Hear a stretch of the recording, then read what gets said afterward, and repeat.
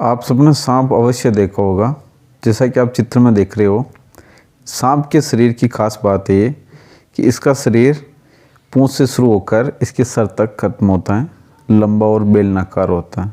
आपको ये नोटिस करना है सांप के शरीर में कौन सा हिस्सा सबसे खतरनाक हो सकता है। अगर वो जहरीला सांप है तो आप निश्चित रूप से श्योर होंगे कि सांप का जो मुंह वाला हिस्सा है वो सबसे खतरनाक होता है। लेकिन शेयर मार्केट में जब हम काम करते हैं तो हम हमेशा इस सांप के मुंह वाले हिस्से को पकड़ लेते हैं। हमारी इलीट वेव थ्योरी कहते हैं कि सांप के मुंह वाले हिस्से में अधिकतर ट्रेडर फंसते हैं और एक बार इस मुंह को वो पकड़ लेते हैं तो ये सांप उन्हें कभी निकलने नहीं देता। एक बार सांप की चुंगल में फंसने के बाद व्यक्ति की हालत बड़ी सीरियस हो जाती। कई बार इस चंगुल से छूटने के बाद दोबारा कभी इस फील्ड में आने की लोग सोचते नहीं हैं। कई बार उनका नुकसान इतना हेवी होता है कि उन्हें अपने घर, अपने जेवरात और अपने प्रॉपर्टी बेचनी पड़ती हैं। प्रॉपर्टी वगैरह बेचकर अपना गुजारा करना पड़ता है। ऐसी कंडीशन में आपको इलीट वेव थ्योरी को अच्छी तरह से समझना चाहिए। इलीट वेव थ्योरी में ये हमारी वेव 1 है जिसका करेक्शन वेव 2 द्वारा किया जाता है। तो वेव 2 जहाँ पर ख़त्म होती है वहाँ पर आपकी बाइंग एंट्री होनी चाहिए, क्योंकि अब हमारे पास वेव 3 मिलने वाली है जो कि बड़ी होगी और उसके परिणाम बड़े ज़ोरदार होते हैं। खूब सारा मुनाफा होता है। एक ही ट्रेड में 30%, 40% और 60%, 80% तक ये वेव 3 में मुनाफा दे देती है। यहाँ पर आप एग्जिट कर सकते हैं जब यहाँ पर आपको कोई बेरिश कैंडल का सेटअप मिल जाता है। इस पॉइंट पर आप एग्जिट कर सकते हैं। एग्जिट करने के बाद जब वेव 4 का क्रिएशन होता है तो वेव 4 जब पूरी होती है तो फिर वहाँ पर एक बुलिश सेटअप बनता है कैंडल स्टिक्स का। आपको वो बुलिश सेटअप ढूंढ कर उसके एंट्री करनी चाहिए। एक बार कंफर्म बुलिश सेटअप बन गया तो उसके अबोव कैंडल पर आपको एंट्री बनानी है और अब की बार आपको वेव 5 को एंजॉय करना होता है। वेव 5 के एंजॉय करने के बाद आपको फिर से एक बेरिश सेटअप मिलेगा, वहाँ आपको एग्जिट कर जाना है। लेकिन हम करते हैं उल्टा। जब इन सारे पीरियड के दौरान मार्केट अपने चरम पर होता है तो हम रोमांचित हो जाते हैं, हम आवेशित हो जाते हैं और लालच के मारे हम उसमें अपनी एंट्री कर बैठते हैं, क्योंकि हमारा फोकस होता है कि अगर हमने यहाँ एंट्री बनाई होती तो हमारा कितना प्रॉफिट होता है। आस पड़ोस में लोग बातें करते हैं कि हमने इतना प्रॉफिट कर लिया, उसने इतना प्रॉफिट कर लिया। इन सब की बातों में आकर आप यहाँ पर एंट्री बना लेते हैं और आपको बड़े लॉस से गुजरना पड़ता है, क्योंकि अब इसमें एक हेवी करेक्शन होनी है। ये अब सांप का जो है मुंह आने वाला है और आप इसकी जब ये दोबारा करेक्शन करता है, वेव 1 की फॉर्मेशन होती है, तब आपको लगता है कि यहाँ से वापस ऊपर जाएगा और यहीं आप गलती कर बैठते हैं।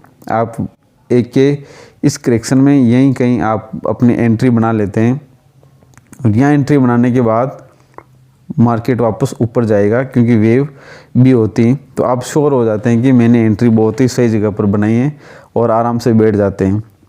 आपको दोबारा मार्केट यहाँ निकलने का चांस देता है, लेकिन आप इस पुराने डेटा को देखकर रोमांचित हो उठते हैं कि ये प्राइस वापस से ऊपर जाएगा और आप निकलने का मौका देने के बावजूद आप वहाँ से निकल नहीं पाते हैं। अब इसके बाद वेव सी की फॉर्मेशन होनी होती है। सी वेव अत्यधिक डेंजरस होती हैं। ये वेव महाविनाशकारी, महाप्रलयकारी होती है और ये वेव जब स्टार्ट होती है तब किसी को निकलने का मौका नहीं देती है। आप तड़पते रह जाते हैं। आपकी स्थिति ऐसी हो जाती है कि आप हक्के बक्के हो जाते हैं, बिल्कुल निराशा में डूब जाते हैं। डिप्रेशन इतना खतरनाक छा जाता है और आप वहाँ से निकल नहीं पाते। जब वेव सी पूरी होने के कगार पर होती है तब आपको वहाँ से निकलने की याद आती है, लेकिन अब आप गलती कर चुके हो और अब इसका हर्जाना आपको भुगतना पड़ता है। लेकिन अगर यहाँ पर भी नहीं निकले तो हमारे फिर से वापस वेव 1 स्टार्ट होती हैं। तो अगर आप फंस भी गए तो आपको यहाँ पर बने रहना चाहिए। ये हमारी वेव थ्योरी सिखाएगी। तो आपको इस वीडियो में हम जो हमारी वेव सीरीज चल रही है, इस वीडियो के माध्यम से हम हमारी जो वेव थ्योरी है उसकी बेसिक रूल्स की चर्चा करेंगे। इन बेसिक रूल्स के द्वारा हम ये समझेंगे कि वेव 1 जब ऊपर जाती है तो वेव 2 उसको कितना करेक्ट कर सकती है, वेव 3 ऊपर जाती है तो वेव 4 उसको कितना करेक्ट कर सकती है। ये जो नियम है, इन नियमों की जानकारी हम इस वीडियो में पढ़ेंगे। पिछले वीडियो में हमने वेव को पहचानना सीख लिया था। इस वीडियो के माध्यम से हम वेव थ्योरी के बेसिक रूल्स के बारे में पढ़ेंगे। जब भी हम चार्ट में प्रैक्टिकल एप्लीकेशन करते हैं तो इन बेसिक रूल्स की सहायता से हम वेव कैलकुलेशन कर सकते हैं। वेव की प्रॉपर्टी को हमें जानना अत्यंत ज़रूरी होता है। तो हमारे बेसिक रूल्स इस प्रकार से हैं। वेव 2 वेव 1 का 100% से ज़्यादा करेक्शन नहीं कर सकती। चित्र में दिखाए अनुसार अगर ये वेव 1 है और ये वेव 2 यहाँ से इसको करेक्ट करती है तो ये करेक्शन 100% से ज़्यादा नहीं होना चाहिए। करेक्शन कितना होता है ये हम पहले पढ़ चुके हैं। पहला करेक्शन हमारा 23.6%, सेकेंड करेक्शन 38.2% और उसके बाद 50%, 61.8%, 78%। ये करेक्शन की एक रेंज होती है, लेकिन इन करेक्शन की रेंज के बाहर जाने के बाद भी अगर करेक्शन करती है तो 100% से ज़्यादा करेक्शन नहीं करती हैं। तो रूल के अनुसार तो 99% करेक्शन कर सकती हैं। तो कुल मिलाकर बात यह है कि वेव 2 वेव 1 का 99% करेक्शन कर सकती हैं, लेकिन करेक्शन होता कितना है ये हमने चर्चा की है। अधिकांश मामलों में 61.8%, 38.2% ये दोनों रेंज चलती हैं। मैक्सिमम 50% और 78% तक चल जाता है। ये आपका पहला रूल हो गया। सेकंड रूल है वेव 2 वेव 1 के शुरुआती बिंदु से नीचे कभी नहीं जा सकती। मतलब वेव 2 को वेव 1 के स्टार्टिंग पॉइंट यहाँ से नीचे नहीं जाना चाहिए। तीसरा रूल है 5 वेव के साइकिल में वेव 3 कभी भी सबसे छोटी नहीं हो सकती। अर्थात वेव 3 कभी भी वेव 1 व वेव 5 से छोटी नहीं हो सकती। इसमें कुछ एक्सेप्शंस हैं कि ये एक्सटेंडेड वेव होने पर ये छोटी हो सकती है। अगर वेव 1 एक्सटेंडेड हो जाती हैं तो वेव 3 वेव 1 से छोटी हो सकती है, लेकिन ये वेव 5 से कभी छोटी नहीं होगी।